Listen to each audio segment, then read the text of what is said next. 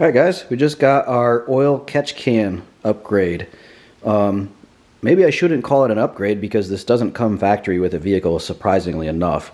I'm going to go through all of the benefits and everything at the end of the video. I'm going to read directly from the manufacturer site because it's a little bit hard to explain. But this is the oil catch can upgrade. You can get it on Amazon or Mishimoto.com. It does not come with the instructions in the box. I had to download those, and I will link those in the description because it took me like 10 or 15 minutes just to find them. They look like decent instructions. We'll find out when we go to do the installation. But just trying to find them was a pain in the butt. So I'll link those. And then here's all the parts that came in the box. This kit I got from Amazon for $202. The model number, I don't know if I can focus on there. I'll just read it to you. It's MMBCC-RGR19PBE. And I'll put that in the description as well. So this kit's from Mishimoto. That's how you spell it. M-I-S-H-I-M-O-T-O. I've gotten some parts from them before, and they're pretty decent stuff.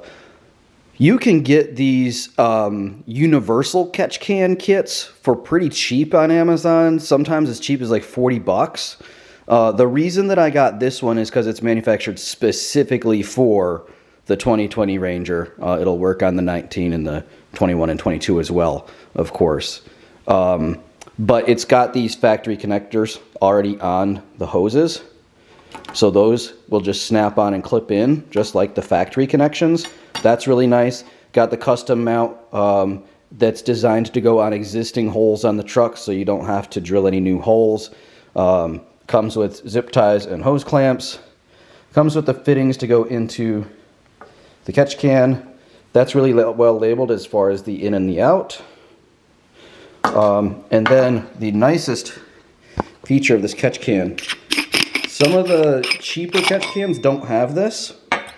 Here's the inside of the can. Nothing special there. But here, this is the oil water air separator section.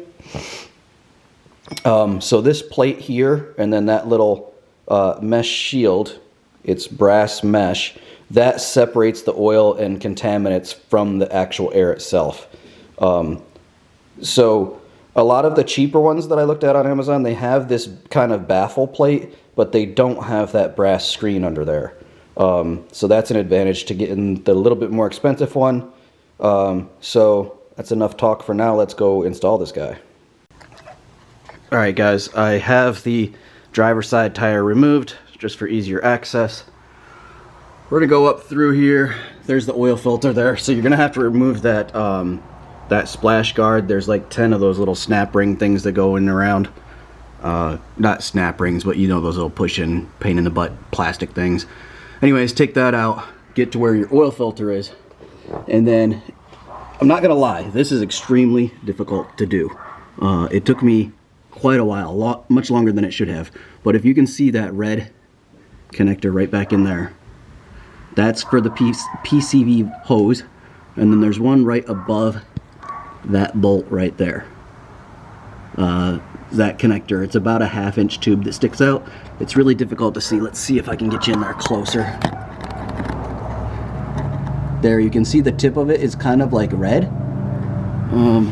Let's see if I can get my light in there better. There we go. So there's one hose, and then there's the other one right there. You can see that red connector right behind that coolant hose. And there's a tube that goes in between those that you're gonna have to disconnect. Okay, it's this tube here.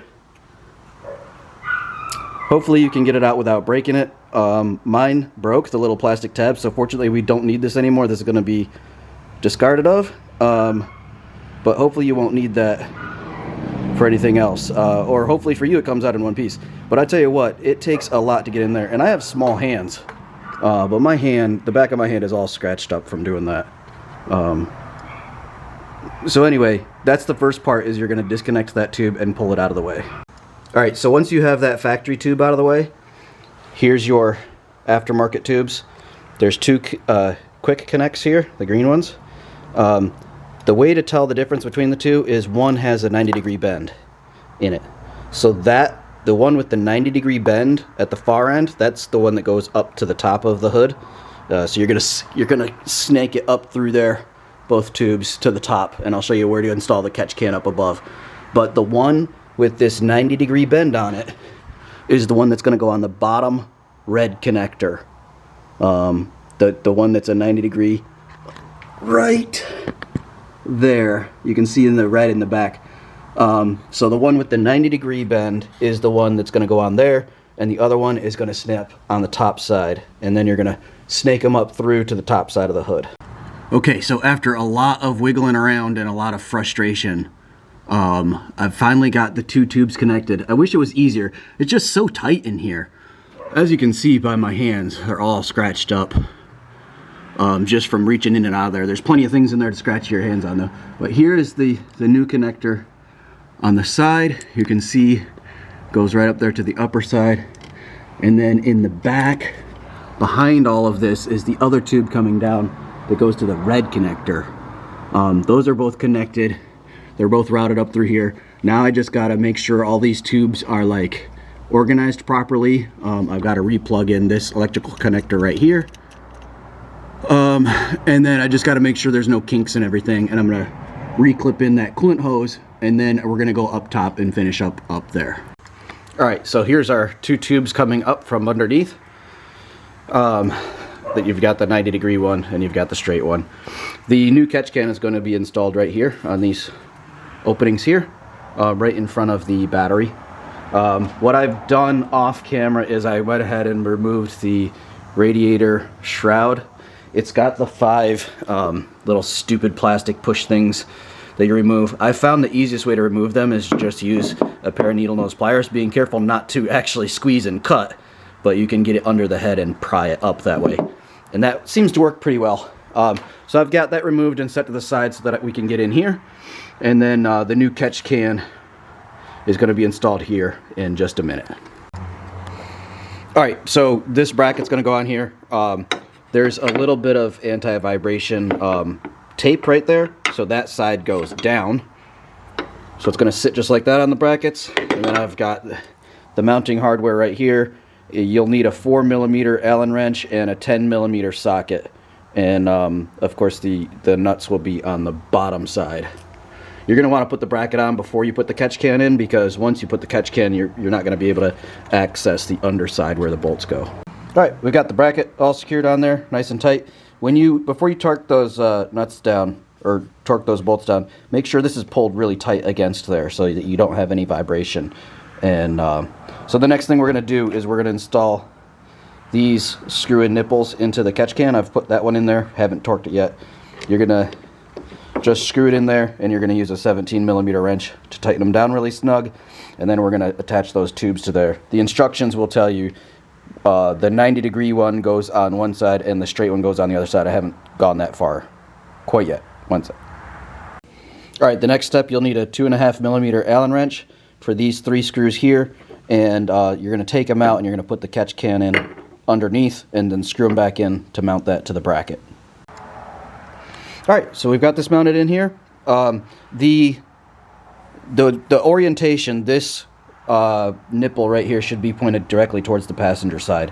That's the one that goes on the 90, and that is the inlet side. So the 90-degree tube is going to go here, and then the straight tube is going to go here. That's the outlet. We're going to use the provided hose clamps. I'm going to get those on and tighten them up, and then I'll tell you how to empty the catch can. Alright, so I've got the 2 hoses securely connected and torqued down with those hose clamps. Decent hose clamps, I'm happy with those. So to empty the catch can, I've got plenty of room here, unlike underneath, to reach down and unscrew this. And it's going to unscrew just like an oil filter.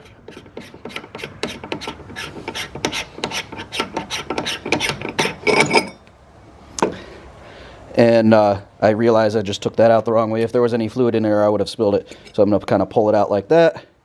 It'll have fluid in it. I'll pour it out into, I'm not sure how much oil versus water or vapor or whatever else is going to be in here. So I'm going to do a follow-up video the first time I empty this to show you guys. But if there's oil and stuff, of course, I'll put it in with my used motor oil. If it's just water, I can just dump it out anywhere. But I imagine there's going to be some oil and stuff in there, so I'm going to have to dispose of it properly. But then just screw it back on there. Go like that, and I'm going only hand tight, just like you would on a oil filter. You won't go so tight where you're going to need a strap wrench or something to get it off. And it doesn't seem to be threading. Oh, there it is. You have to have it just right to get it threaded on there.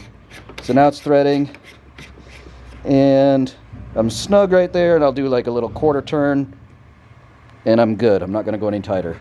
So I'm going to go ahead and organize the hoses and everything with the provided zip ties, and we'll be all set. Of course, I'll put the radiator cover back on and all that, and we'll be all set. So stay tuned. I'm going to go over the benefits of this catch can, and then the follow-up video, I'll actually show you how much fluid accumulates in this over time. All right, guys, see ya.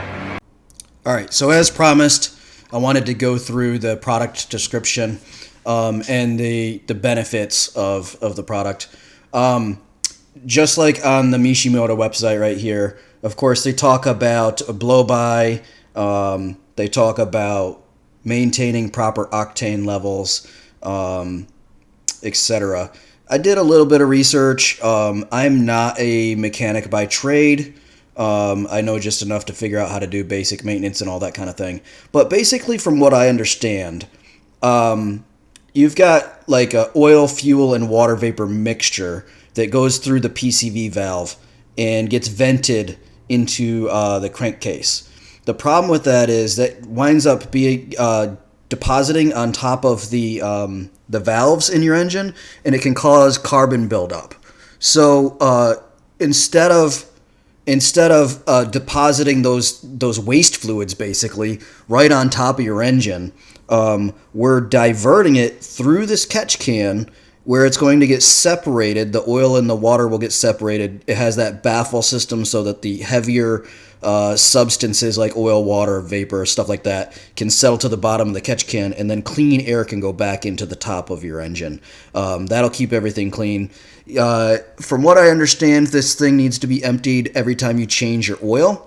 I'm going to keep an eye on it probably once a month or so, because once it fills up and starts overflowing, now instead of being beneficial, now you're dumping a bunch of that stuff back into your engine. So it's going to basically lose its benefit if you don't empty it on a regular basis. You can get models that have like drain hoses and stuff like that. This one is a simple screw-off style, just like a filter canister. I'll do a follow-up video and show you how easy or not easy it is to empty. We'll find out together. But yeah, that's the benefits in a nutshell. Do your own research, but the kit, the top side was really easy to install. The bottom side, not so much. You saw my all scratched up hand. And I have small hands, so good luck with anybody that has huge hands, because you're going to have a time with this one. Getting that original factory hose disconnected and then reconnecting these new connections was very, very tough. If you have a lift for your vehicle, that might make it easier, so you can do it standing up. I was down close to the ground, so the angles were awkward and everything. But anyway, that's the upgrade. Let me know in the comments if you have any questions. I'll link the instructions and where I found the product on Amazon and on Mishimoto.com in the description. Until next time, guys, take care.